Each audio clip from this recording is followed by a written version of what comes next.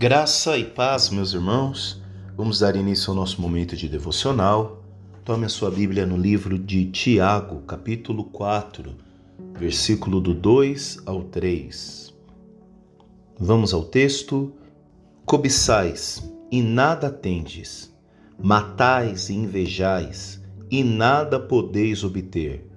Viveis a lutar e a fazer guerras, nada tendes, porque não pedis.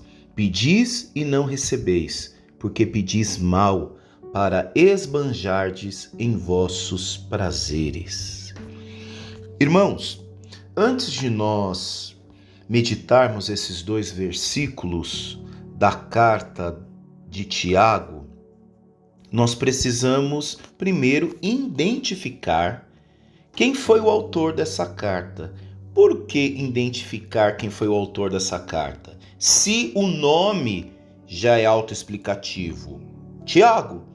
Porém, a Bíblia nos apresenta 3 Tiagos e algumas pessoas fazem algumas confusões com relação ao autor dessa epístola, autor dessa carta. O primeiro Tiago, retratado na Bíblia, nós vemos em Atos capítulo 12, versículo 2, que esse Tiago é o filho de Zebedeu, um dos 12 apóstolos. Esse Tiago, filho de Zebedeu, ele é irmão de João. Ele foi um dos primeiros mártires do cristianismo, como bem relatado em Atos capítulo 12, versículo 2, que foi morto ao fio da espada. Inclusive, esse Tiago, ele era parte do círculo íntimo de Jesus, junto com Pedro e João. O segundo Tiago que nós vemos na Bíblia é o Tiago, filho de Alfeu, também um dos 12 apóstolos. Porém, pouco se sabe sobre a história dele. Sabemos que ele era chamado de Tiago Menor. Seu apelido menor pode se referir à sua estatura, ou até mesmo à sua idade, nós não sabemos. Isso em comparação com Tiago, filho de Zebedeu, por isso o menor, até uma forma de identificação. E por fim nós chegamos no Tiago, irmão de Jesus. Ele meio-irmão de Jesus e líder da igreja em Jerusalém. Tradicionalmente considerado o autor desta epístola que agora nós acabamos de ler. Inicialmente não cria em Jesus, mas depois ele torna-se um dos principais líderes cristãos. Então, para nós entendermos quem é o autor dessa carta, a carta de Tiago é considerada uma das mais práticas no Novo Testamento, pois se trata de uma carta circular, assim conhecidas porque foram escritas como cartas circulares, isto é, para serem lidas em várias igrejas. Ela tratou de doutrina. Ela não foi direcionada para atender, para exortar um problema específico de uma comunidade, não. Mas a intenção é que, independente da comunidade a qual ela fosse lida, ela iria servir como instrução, mesmo porque essa carta provavelmente foi escrita entre 45 e 62, o que torna ela uma das mais antigas cartas do Novo Testamento, até anterior às epístolas de Paulo. E essa carta foi direcionada aos judeus dispersos, à diáspora, que nós vemos em Tiago, capítulo 1, versículo 1. Os cristãos ali estavam sofrendo perseguições, estavam vivendo em um contexto social de injustiça. Pega esse dado de contexto social de injustiça e, sobretudo, eles estavam enfrentando conflitos internos nas comunidades cristãs. E no meio desses conflitos havia tensões entre ricos e pobres, líderes e membros, e muitos estavam adotando comportamentos mundanos dentro da comunidade cristã. E quais eram esses comportamentos mundanos que as igrejas dispersas estavam enfrentando? Invejas, disputas, favoritismo, egoísmo. Talvez nada diferente do que nós estamos enfrentando em nossas comunidades de fé no dia de hoje. Então, essa carta é uma exortação contra a hipocrisia religiosa e um convite, um despertar à chamada, à verdadeira fé e prática. Inclusive, a carta de Tiago nos apresenta um capítulo inteiro nos alertando sobre o perigo da fofoca, do mau uso da língua. Então é uma carta muito prática, né? Ao ler nós conseguimos entender.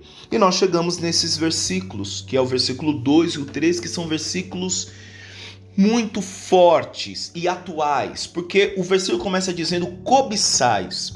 E aqui a palavra cobiçais, ela é diferente de objetivo, porque é natural que nós, seres humanos, tenhamos objetivos em nossas vidas, sonhos, projetos. Aqui, a palavra que ele usa, cobiçar, traz um sentido negativo. Aponta mais para um sentido de desejo carnal, de inveja, que aliás é parte desse versículo, porque ele diz: cobiçais e nada tendes, matais e sois invejosos. Quem nunca passou por inveja?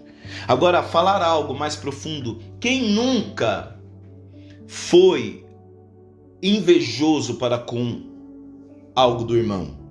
Porque muitas vezes as nossas orações Senhor, me livra da inveja, mas poucas são as vezes que nós oramos para que Deus nos livre desse desejo, desse comportamento invejoso.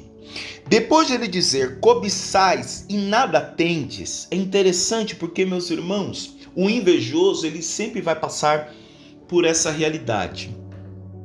O invejoso é aquele que não aceita que o outro tem. E até ele se questiona, por que ele e eu não? E o problema da inveja é que a inveja nos paralisa. Porque o tempo a qual nós poderíamos estar lutando, trabalhando, buscando, construir as nossas coisas, conquistar as nossas coisas de forma lícita, nós estamos gastando este tempo para vigiar o outro, naquela ânsia de querer ser o outro, de possuir o que o outro tem. Então a inveja, primeiramente, nos paralisa. E a inveja também é um pecado contra Deus no sentido que ela nos impede de exercer a gratidão. Porque a gratidão é o ato de você olhar para trás e ver que Deus já te abençoou. Agora, se quando você olha para trás e você não reconhece motivos para agradecer este Deus e diz que talvez só será feliz, abençoado quando você tiver o que o outro tem, quando você for como o outro é, isso é um ato de pecado contra Deus. É meio que você está dizendo, Senhor, eu no seu lugar faria melhor. Veja que no livro de Êxodo, quando Deus entrega a Moisés o decálogo, o famoso os 10 mandamentos, em Êxodo capítulo 20, nós vemos que no versículo 17, Deus apresenta para o povo um mandamento que não está ligado à ação. Como assim, pastor? Não entendi, vou te explicar. Veja, por exemplo, o versículo 13 do capítulo 20 de Êxodo diz, não matará. É um ato, é um verbo. Não adulterarás, não furtarás. É um comportamento, é um ato. Porém, quando nós vamos para o último mandamento, o versículo 17 diz, não cobiçarás a casa do teu próximo, não cobiçarás a mulher do teu próximo, nem o seu servo, nem a sua serva, nem o seu boi, nem o seu jumento, nem coisa alguma do teu próximo. Você reparou que esse último mandamento não está ligado a uma ação, a um ato, algo que você pode fazer com suas mãos, mas é algo abstrato, é algo que está no interior, mas que esse último mandamento é uma chave para que você não caia nos outros. Por quê? Porque se você não cobiça a mulher do seu irmão, você não vai adulterar. Se você não cobiça as coisas do seu irmão, se você não é invejoso com as coisas do seu irmão, você não vai roubar. Se você não cobiça, por exemplo, o boi do seu irmão, e veja que Deus aqui ele é bem textual, ele não deixa margem. Ele diz, não cobiçarás a casa do teu próximo, não cobiçarás a mulher do teu próximo, nem o seu servo, nem a sua serva, nem o seu boi, nem o seu jumento. Aí ele termina dizendo, nem coisa alguma do teu próximo. Ele está dizendo nada. Nada, não tem inveja, não cobice, não queira ter aquilo que não é seu. Então, à medida que você observa o último mandamento, você não cai no outro. Veja, meus irmãos, nós vamos agora para a segunda parte do versículo, porque a segunda parte do versículo diz assim, cobiçais e nada tendes. Você cobiça, cobiça, cobiça e não consegue nada. Depois ele diz, matais. Veja essa palavra, matais. Talvez essa colocação aqui, matais, pode ser hiperbólico. O que é hiperbólico? É algo exagerado, né? Talvez aqui o escritor sagrado, ele quis dar ênfase, ele quis chamar a atenção e ele coloca esse dado aqui. Matar, vocês estão matando para possuir algo. Mas olhando para o decorrer da história, nós vemos que talvez isso não é tão hiperbólico assim, isso não é tão exagerado. Nós vemos pessoas hoje matando, meu irmão. Matando para ter um cargo na empresa, tirando a vida do outro para ter um carro. E pior, tem gente que mata o outro para ter um ministério. Acreditem se quiser. Tem gente matando o irmão. E eu não estou falando matando em palavras, mas matando fisicamente para possuir a igreja que o outro irmão está à frente. E aqui Tiago está dizendo, olha, vocês estão numa corrida inútil. Vocês estão correndo, mas nada podeis obter. E no final de tudo, meus irmãos, nós não vamos levar absolutamente nada. Tiago está chamando a atenção e eu torno a dizer, essa carta não era para os gentios, essa carta não era para os babilônicos, essa carta não era para o povo que não conheceu o Senhor, não, essa carta é para a igreja. E Tiago está falando para a igreja, vocês nada vão possuir, vocês estão se fadigando, vocês estão matando, vocês estão invejando, vocês estão cobiçando, mas vocês pararam para prestar atenção na vida de vocês? Porque vocês correm e nada obtêm. Vocês lutam, fazem guerras. Quantas guerras, meus irmãos? E aí, falando de uma questão universal, mundial, nós vemos muitas guerras, muitos conflitos que não levaram a nada. E quantos conflitos nós não estamos ainda investindo, achando que é pelo grito, achando que é pela força. Irmãos que brigam por terreno, irmãos que estão brigando por coisas tão pequenas, tão frívolas, brigando por coisas que a traça e que o ferrugem vão corroer, vão destruir, e que você vai morrer e elas vão ficar aqui. Ah, pastor, então você está falando para eu fazer um voto de mendicância? Não, não é sobre extremos. Mas é sobre você saber que a tua estabilidade, que a tua relação com Deus, ela não é mantida em orações para pedir coisas frívolas, coisas que o tempo vai tratar de deteriorá-las. E que na nossa relação com Deus, os nossos momentos de oração não tem que ser pautados em pedir coisas que não estão dentro do propósito dele. Porque, meu irmão, se isso que você tanto almeja ter não está te ajudando no propósito, eu preciso lhe dar uma péssima notícia. Isso só está te atrapalhando. Isso só está te barrando. Irmãos que não falam com o irmão por causa de terreno, de partilha. Pai que não fala com o filho por causa de terreno, de partilha. No final, meus irmãos, todos nós vamos ter um terreno reservado. E não quero ser aqui fatalista, mas esse versículo ele precisa ser anunciado, porque se nós não tomarmos cuidado, as nossas comunidades de fé estão se reunindo em torno disso, em torno da cobiça, em torno do desejo de ter. E aí eu faço aquela errônea leitura de que eu acho que Deus é na minha vida porque eu tenho. Nós confundimos prosperidade, nós achamos que hoje prosperidade é acúmulo de bens. Não, um homem próspero é o homem, meu irmão, que se senta à mesa com seus filhos.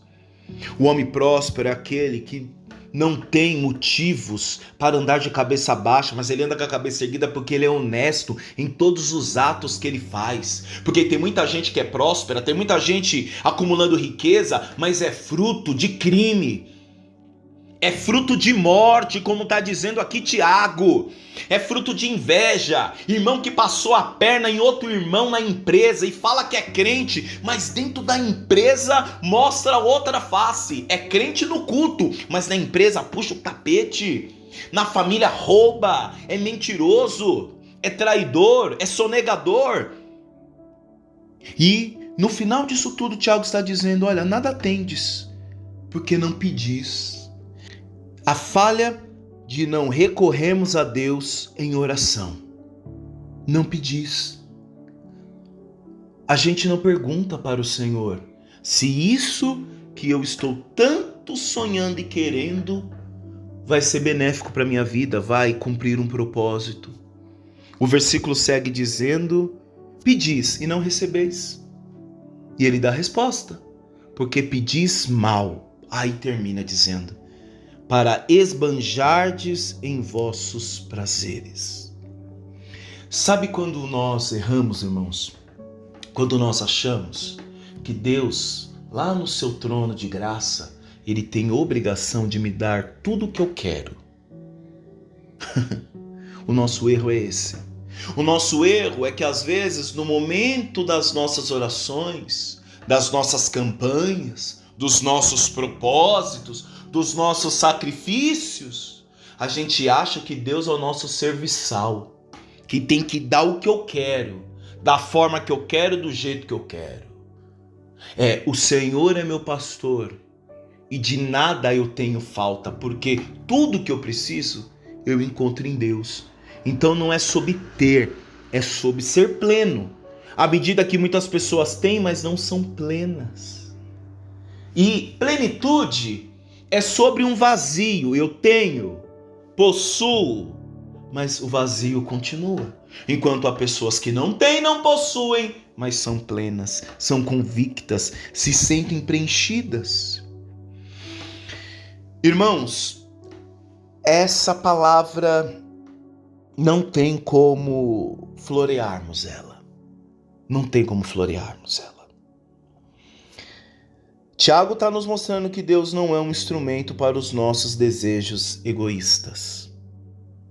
Pensemos quais têm sido as motivações que têm nos feito dobrar os joelhos, que têm nos feito fazer propósitos, subir monte, descer monte. Pense aí, quais têm sido os motivos? Será que aquilo que pedimos é para o reino? É para glorificar o Senhor? Tiago aqui nos faz um alerta, meus irmãos.